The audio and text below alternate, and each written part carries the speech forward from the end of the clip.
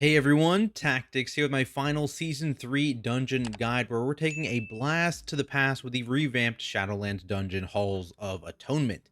In this video, I'll be taking you through all of the most important abilities that you should be aware of, discussing what's changed with the dungeon since Shadowlands, and then giving you some tips and tricks to help you start the season out right. Also remember, I've got videos just like this one for all of the other Season 3 dungeons coming this season, plus written guides as well if that's something that you prefer. Those are hosted over on the Method website, and I'll link them down below in the description as well. Otherwise, let's get started. Where to start, to spawn the first boss, you will need to kill 3 shards of Halkias spread around this opening area. These mobs are fairly straightforward. Occasionally they spawn circles under all players that should be avoided, but more importantly, they will channel Thrash for heavy group damage over 8 seconds, so that's where healers want to be prepared and use cooldowns or group defensives, and personal defensives will be needed if it ever overlapped with other sources of damage. Often paired with these shards are depraved collectors, and they have an important interrupt in siphon life. This just channels into a random player for 12 seconds, though because it is a channel, you can opt to use a CC instead of an interrupt to stop that cast, which allows you to save your interrupts for other abilities.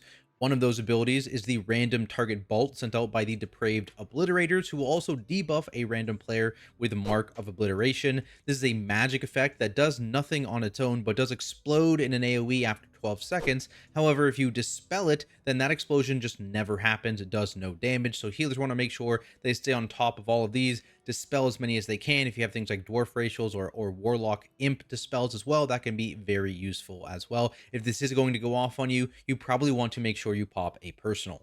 Competing as a magic dispel in this area is the anima-tipped blade of the depraved dark blades, which stacks up a damage amp on the tank. At low stacks, this isn't super scary, but it can get quite dangerous the higher it goes. And of course, your healer may be busy dispelling other people, so tanks may need to use defensives here as that stack count goes up. It's another one of those things where being a dwarf is probably pretty beneficial as a tank. And to add on to that, there are vicious gargants in this area as well, which have a passive in serrated claws, causing their melees to apply a stacking bleed to you. So watch out for these as well. Use those bleed cleanses if you have them, or be ready to CC these mobs and kite to drop stacks. These gargants are often tied to nearby depraved houndmasters, causing them to take 25% less damage while near them. So these houndmasters are the priority. In terms of what they actually do, they just shoot random players for physical damage, but more importantly, they have an interrupt in Loyal Beast, which enrages those nearby gargants if successful. So for the sake of your tank, please kick this cast. Other than that, the only mob of note remaining in this area are these Stoneborn Slashers, which are mobs that shift between being real and targetable for 30 seconds, followed by 15 seconds of them turning to stone, where they are untargetable and will also not actually aggro players that run by them, which can be pretty useful if you're trying to skip these mobs. You can just wait for them to turn to stone and then quickly run past. If you are choosing to fight them, tanks beware, they have a physical tank buster and knockback and stone fist, so don't get pushed into other mobs or off the edge. And they also have a tank targeted frontal, so make sure you point that away from your group and step out of it yourself. For casters, there's the Disrupting Screech AoE, which interrupts all spell casting, so make sure you do stop when that begins. Once all 3 shards have been defeated, you can head to the central courtyard and take on Halkias himself, who has a large circle around him for the duration of the fight, which will fear anyone who moves outside it, meaning you will need to play in that restricted area. This does move with the boss himself, so you are able to reposition that circle. Just make sure when you're doing so, you don't leave anyone behind. To fill up this circle and restrict your space further are 2 abilities. First is Heave Debris, which is aimed at a random player and leaves behind a puddle. Second is Crumbling Slam, which is a tank hit that cleaves and, you guessed it, leaves behind a puddle. In both cases, the impact of these abilities also deals an unavoidable group hit, so be aware of that. In general, I recommend having your group attempt to bait puddles near existing ones, whereas tanks are actually able to use a defensive on the tank hit and stack their puddles on top of each other, which is quite useful for space management. When the boss reaches 100 energy, he'll begin to channel Refracted Synlight, which shoots out 4 beams that then rotate around him, randomly switching directions here, so be careful, don't get caught by that. And this will deal heavy damage to anyone that gets touched, so I recommend moving the boss here at around 90-95 energy, just away from existing puddles, to ensure that there is enough space for players to rotate entirely around the boss, no matter which direction they get pushed in, so that they just have a safe path. Once Halkias is defeated, you can head up the nearby stairs towards the cathedral, where there's a bunch of gargoyle mobs in your path.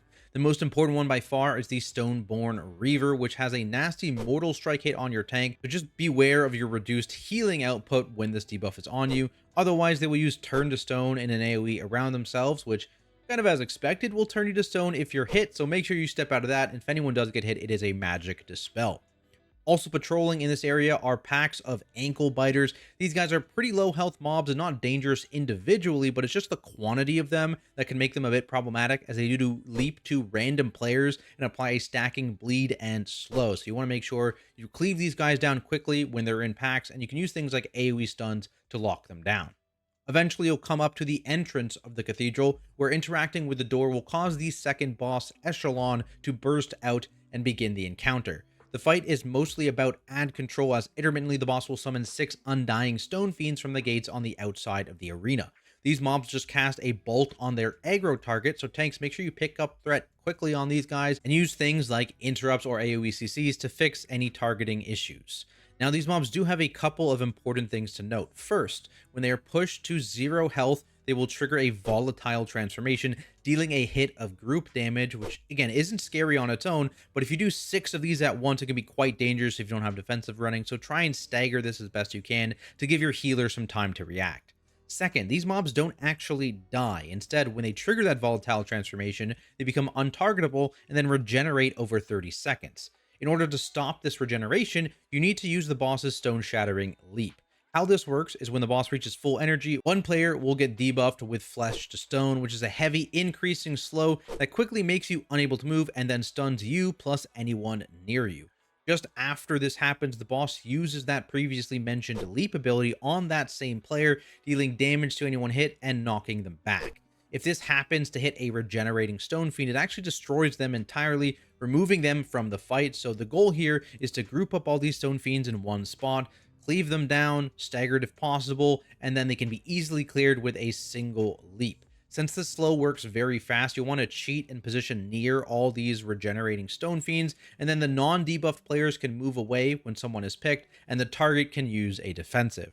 Other than that, there's just some area denial here in the random target blood torrent, so make sure to avoid that and bait it either away from your group or near existing puddles if possible.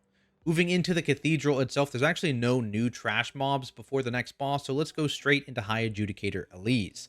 To start, she has a tank bolt, so keep that interrupted just to make your tank's life a bit easier. And then for group damage, there's actually 2 different abilities. The first is the Unstable Anima debuff. This is a magic dot that goes out on 2 random players and splashes anyone near them. So loosely spread here, healers dispel 1 ASAP and then have the other player either use defensives or other forms of clears like Mass Dispel, like Imp Dispel, or like Dwarf Racial. Where this gets really dangerous is where it overlaps with the other form of group damage in Spectral Procession. This is an ad that gets summoned into the middle of the arena, and this fixates a random player, constantly pulsing for group damage that increases each second. This ad is immune to all damage, so you can't kill it. Instead, to remove it, you need to kite it towards one of the 4 empty vessels of Atonement spread around the room. Once you've done this, the vessel consumes it and becomes full, meaning it cannot consume additional spirits until one respawns in that spot well over a minute later, so you need to make sure that you keep an eye on which vessels have been used and always kite towards an empty one. Again, this is the most dangerous time for players that have the debuff, so if that overlap ever happens, be ready with defensives or even health pots. Outside of that, the boss will just occasionally spawn a series of circles under random players, so just make sure you're avoiding those. From there, you can step through a nearby mirror, which brings you to Inquisitor Cigar, a mini-boss guarding the final boss of the dungeon. The pews in this area are filled with stationary tormented souls, and while they don't actually attack anyone, they are somewhat important to cleave down with the mini-boss, as he will occasionally channel into 6 of them at a time with Dark Communion, leeching their health to heal himself, and then creating manifestations of envy ads, which switch between attacking their aggro target and fixating random players, so be ready to CC them or slow them during that fixation.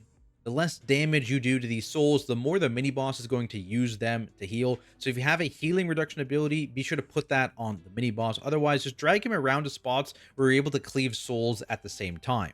In terms of other abilities, there's a tank bolt here, which you'll want to keep interrupts on. Plus, the other important one is a party-wide dot in display of power. This dot also has some benefit as it increases your damage and healing by 30% for the entire duration. So if you're able to hold on to damage until these dots go out, it can be quite beneficial. Otherwise, just be aware that it does do a 10-yard explosion around all 5 players on expiration, so you do need to spread out a little bit to prevent that from cleaving.